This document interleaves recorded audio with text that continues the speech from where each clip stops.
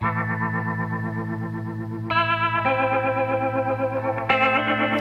know, often I see something repeated and repeated and repeated on different websites, on different comments on YouTube, and I think if something is repeated enough, it becomes fact or truth in people's eyes. But I always wonder, is it really true or not? Take, for instance, you see a lot that if there's a disaster, we're going to have marauders who come in and loot the neighborhood and do violent crimes. You see that again and again and again. But, does that really happen in actual disasters? Or is it more of a Mad Max fantasy? Well, I wanted to find out, so I did some research. I wanted to mention one of the reasons I made this video was that Asa Rubin sent me an article, and it's entitled Disaster Mythology and Fact, Hurricane Katrina and Social Attachment. It was a very interesting article, and thank you, Asa. So I used that as part of my research and then delved further into web resources. I think a lot of the conversation in this regards is, with rule without law. And a lot of people, I think, subscribe to Thomas Hobbes' philosophy. Let me read you an exact quote of that philosophy. It is life without government would be solitary, poor, nasty, brutish, and short. Oh, pretty grim, huh? But then he goes on to say, if society breaks down, we would be living in a state of nature. Well, that doesn't sound bad. I think of nature, birds tweeting, frogs croaking, whatever. But that's not exactly what he meant.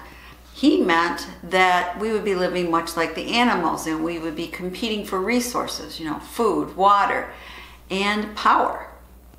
And that is the world that Thomas Hobbes saw with rule without law. And I think that is echoed many, many times on YouTube and different sites.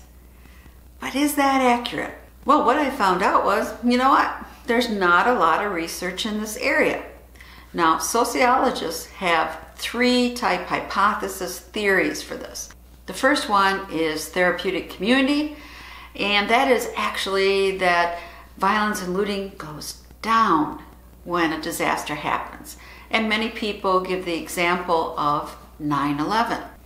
There is also the social disorganization theory, and that says that crime goes up when a disaster happens. And then there's the routine activity theory, which I think is kind of middle of the road. Let me read you a little bit description of what it is. It suggests that disaster may increase or decrease criminal activity depending on how a disaster restructures formal and informal mechanisms of social control and criminal opportunity. And you know what? To me, that theory makes the most sense, because I think it's basically saying it could go either way. Now, let's look at looting a bit. We've all seen the pictures after a disaster of people breaking into stores and taking stuff, just general looting. And how accurate is that? Well, that's kind of hard to determine, because community law enforcement usually doesn't say this is looting and this is burglary. It's all in one. And there's really two different types of looting. One is looting a store so that your family can have food, water, your baby diapers, and formula if a disaster happens and there's no government to hand out what you need. So there's that type of what I call survival looting. And then there's the other type of looting that we see, someone walking through floodwaters and breaking into a store and carrying a big screen TV, which, I don't think you need a big screen TV for survival. What I found the most believable is to determine if looting is going to occur in a disaster. It depends on culture and socioeconomic status. And by culture, I mean, think of Japan. They had that huge earthquake and tsunami, and yet there was no media coverage and no reports of looting taking place. Instead, you saw Japanese citizens waiting in long, long lines for supplies. In other disasters across the world, you see a different picture, and that can be because of the existing socioeconomic status before the disaster even happens. If you're in a high crime rate, yeah, there's more. A disaster creates opportunity, and you're probably going to have more looting. So why is all this widespread belief about disasters, aftermath, and looting? Well, again, you know me, I like to blame the media. I think the media is partly to blame in this because we all remember the scenes we saw from Katrina, right? Hurricane Katrina in New Orleans. And, supposedly there was all this looting, all these terrible things happening that was being reported, of course, in 24-hour news. Right again, there's a problem. News should not last for 24 hours because it becomes newstainment or news entertainment rather than hard fact news. I'd like to read to you a snippet from an article by Jonah Goldberg that he wrote for the LA Times 2 years after Katrina, and it was entitled, "Katrina Was Also a Media Disaster." Few of us can forget the reports from 2 years ago. CNN warned that there were, quote, bands of rapists going block to block, unquote. Boy, that sounds like, what we hear, right? In all the YouTube videos. Snipers were reportedly shooting at medical personnel. Bodies at the Superdome, we were told, were stacked like cordwood.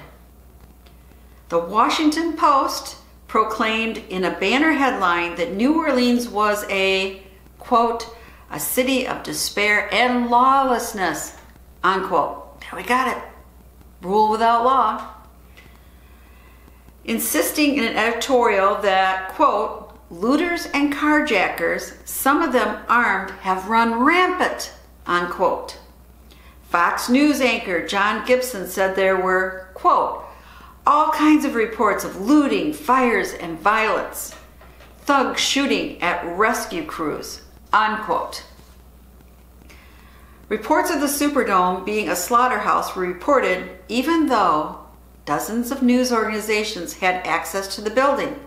CBS alone had 200 people in New Orleans, and yet it couldn't find those bodies stacked to the ceiling anywhere in the Superdome.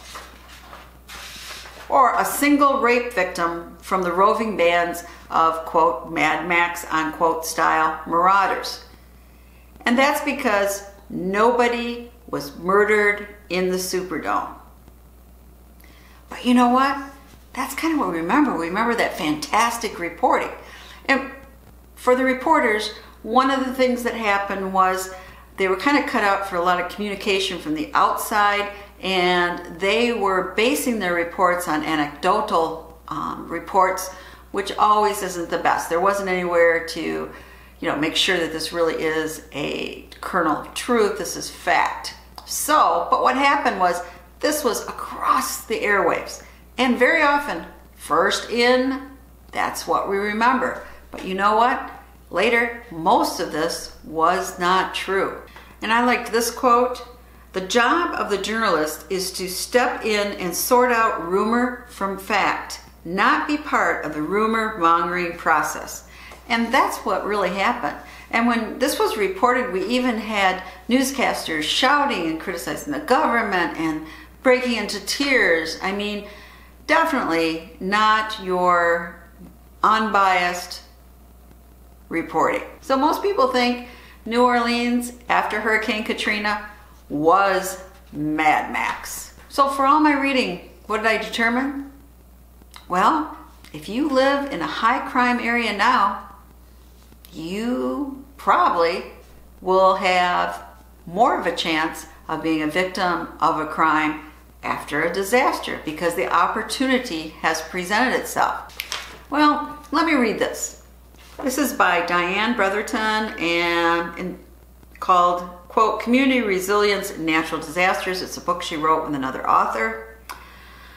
The implications from the research is humans do not survive disasters through competition, but rather through cooperation. And many survivors affirm their belief in the goodwill of their neighbors, families, colleagues, and friends in such a trying time. To build on this community strength, authorities and the media need to give communities a sense of control over their own efforts to rebuild and adapt to live after a disaster.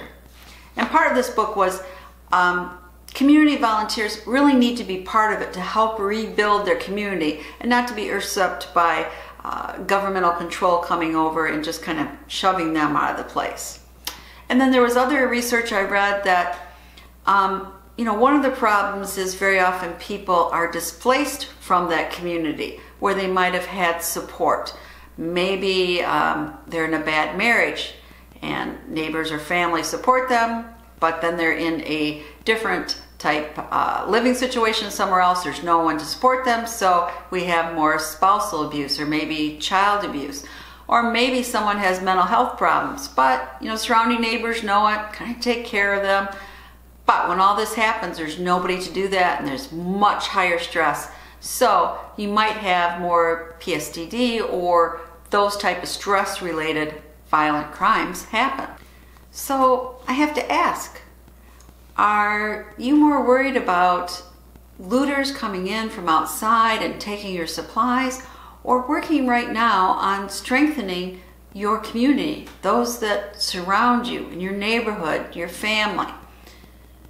That, to me, is more important, and it looks like research says that is part of the keys to success. So you should be doing it now, helping out your neighbors. Here in the north we can get these sudden snowstorms, and I often see people helping their elderly neighbors shovel the driveway, or maybe bringing groceries to a sick neighbor, whatever, doing little things to promote a neighborhood and a sense of community. And I was watching, I've watched many videos from Lewis, and his channel is Puerto Rico Ready. And of course we know Puerto Rico went through a terrible hurricane and is still having just terrible, terrible problems. But he states again and again how much he helped out his neighbors and how much everybody was helping out each other. And that's how you survive. It's not by being completely stingy with your supplies and worrying about Mad Max scenarios. It's about working and strengthening your neighborhood and your community. So, I'd love to know your thoughts on the subject. Are you worried about looters? If so, why? Are you actively working on building a community? And I don't mean just a community of preppers. I mean a community of people helping each other and making the surrounding area stronger. So you've heard me ramble long enough. I'd love to know what you think. Please comment down below. And as always, please subscribe, share the knowledge, and thumbs up if you like this video.